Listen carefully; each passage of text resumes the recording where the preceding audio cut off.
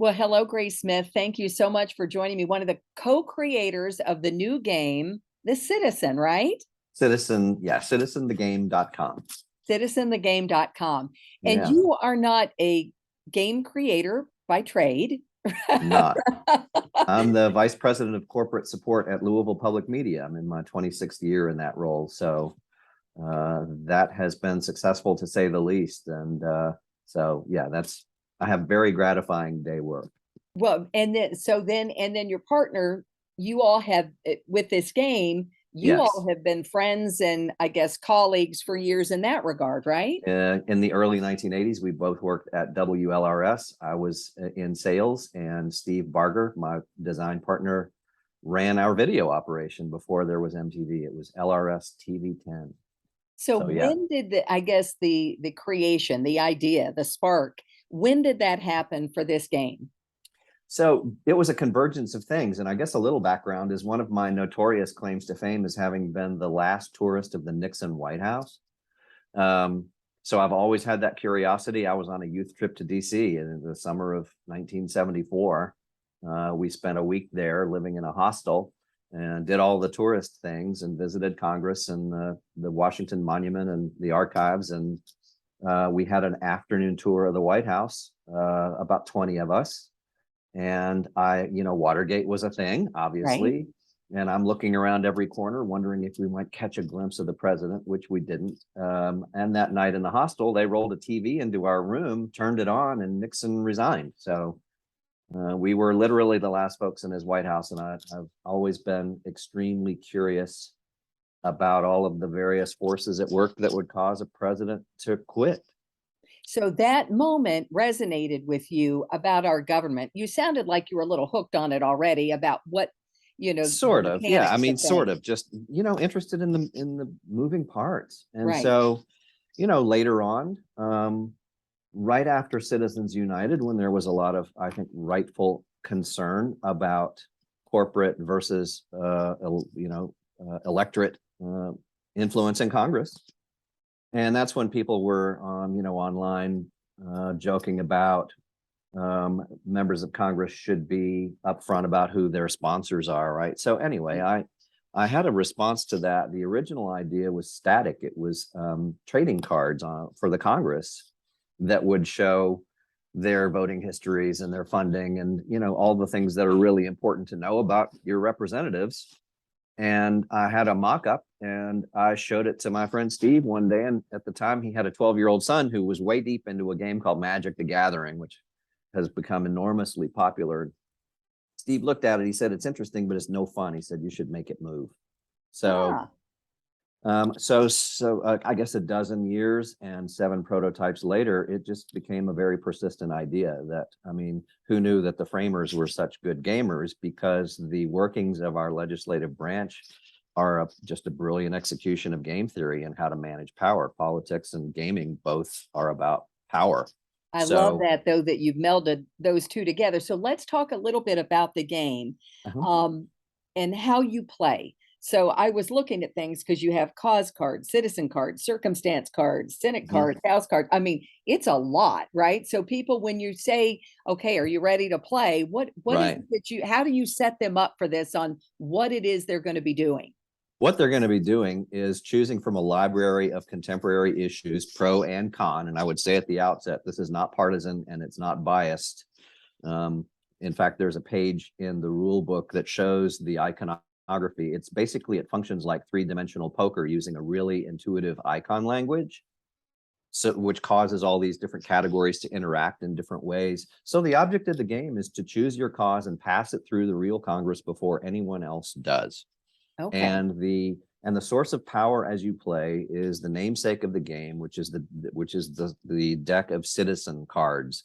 And those are people and groups and events from history who all influenced each particular issue. So you're building sets of cards that really mash up folks from history that moved an issue forward. And like when you And say that, it's like even current day people, right? I mean, who are represented. some. So the idea behind Sendra, the Citizen, and this one is Congress 117, Hmm. is a time capsule of influencers during that particular 2-year window. So one of the complaints educators have, and we're gratified at the reception we've gotten, it's only been out there a few months. Educators are way into new ways to engage students in an interesting way, and this has filled the bill in that regard.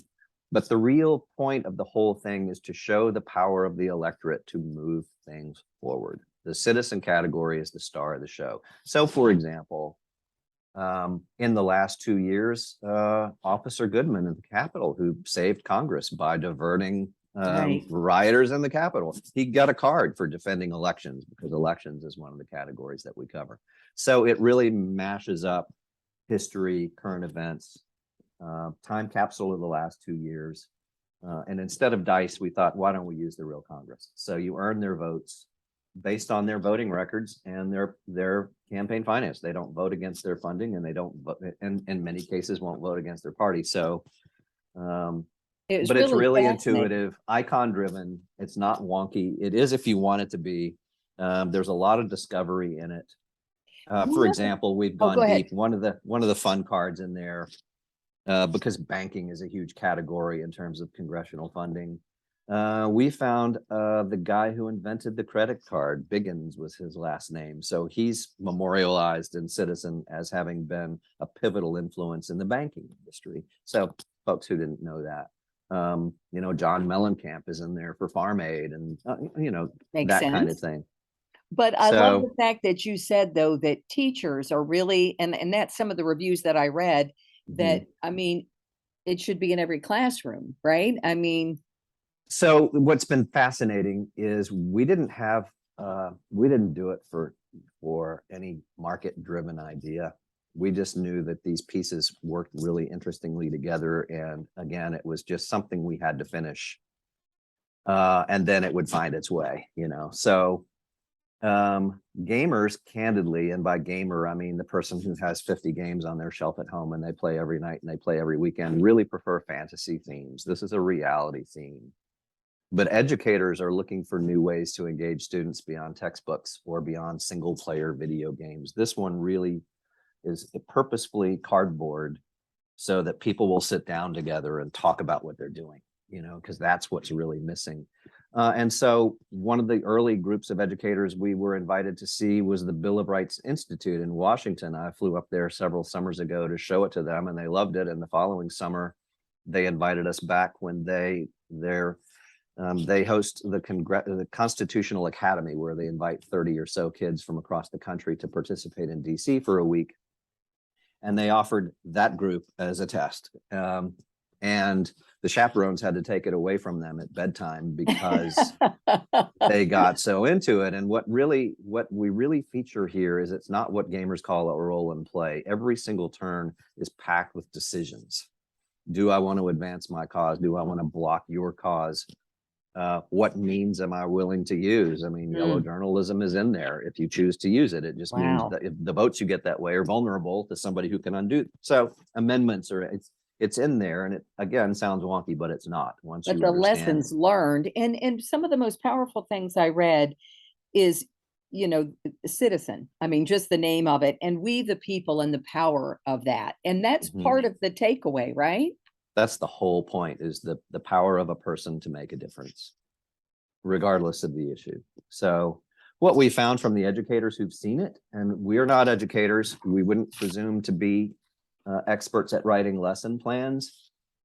I was fortunate along the way to be introduced to the social studies chair for the Department of Education of a major state, who spent a lot of time with it and gave me a lot of her time, and proceeded to recite all of the lesson plans that could be created from all the components. How did you research the Congress card? Where'd you get that information? Prime is so important for people to know how to find truth these days. So building entire lesson plans on how to create a Congress card, how do you create cards for people in your own state? Where'd you go for that information? Who's the Federal Elections Commission? All those kinds of things. How did you research all these cards, multiple sources, and all those kinds of things? So each of the categories, the causes, what issues should be in the next edition? Our real hope is that the user base, the students and the teachers who use it, will inform the cards that go in the next one. What issues are important to a student these days? What are they Right. worried about? What do they think about? Well, and civic engagement, because so many people you hear from, civic's not taught like it used to be. Right. Or if at all. If at all, if at Yeah. all. Yeah. So what And- was encouraging is that the social studies chair of a large school district very close to home made the same observations about all the things that could be done with it. And one of our concerns was, is this too real? You know, is there too much in here? Because we're unaware of any other platform that teaches the impact of modern campaign finance. And it's so, how do you not teach that? That's so huge. How do you find an interesting way to teach it? You know, for example, this particular election cycle, I was disturbed to see that it will be yet another record for spending, $9 billion being spent on political campaigns at midterms in 22. You know, what's up with that? So while the subject seems really dry, or, you know, a lot of people are avoiding politics because it's been challenging lately, there's never been a better reason to understand it. And we found an engaging, fun, discovery packed, fact-based way to do that. That was my entry point when you said that about politics, because we all know it's divisive, it's toxic right now. So do you worry about that at all? Or is that the higher hope that it brings people together through something like this when you have opposite sides, that it seems like that divide has never been greater? Yeah, that's exactly right. That's why we made it a board game, so you can actually sit down with a factual basis and engage each other and make those real choices and see for yourself. And again, the most gratifying part is understanding the incredible impact that the electorate has had across our history in changing the course of our country. The power of the voice, that's for sure, of the people. And then one other thing I wanted to say before we wrap up, no two times playing would be the same. And I thought that was interesting to know, because if people go, okay, if you play it once, then when you play it again, will it be the same? And it really never would be, right? No, it's not possible. So I never knew that I would make such use of the statistics classes that I took in college. Because the trick was finding a mechanic, which is what the gamers call it, finding the machine that drives it, that makes it fun, right? That satisfies, make sure you got something fun to do on every turn. So it was a lot more complicated in earlier iterations. And again, I think I mentioned 7 prototypes. We've had it out there just getting beat on by players because we knew a serious theme had to be fun, right? So it took us a long time, and we weren't in a hurry. Again, this was not a market-driven project. This was a passion project that we were just fixated on seeing through. I'm remiss in mentioning that along the way, Steve Barger and I did all we could on our own and needed someone to help make it look right and make it fun, you know, dress it up.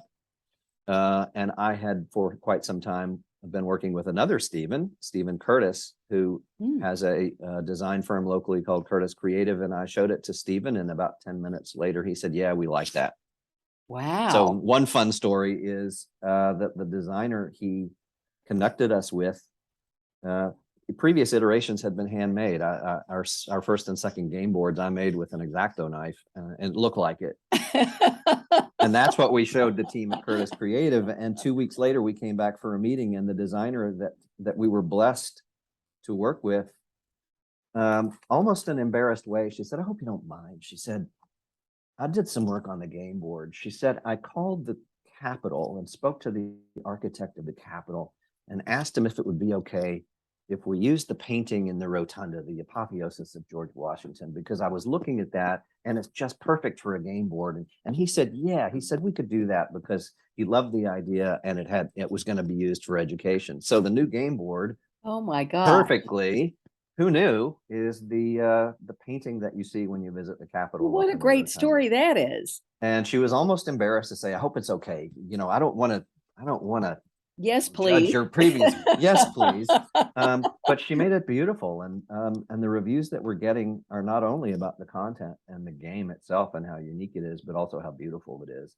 And I fully credit Amber Van Dyke and Stephen Curtis and his team for helping us get it to that point. It was beyond our expectation what we saw when it finally. It came is in. pretty because I've seen it.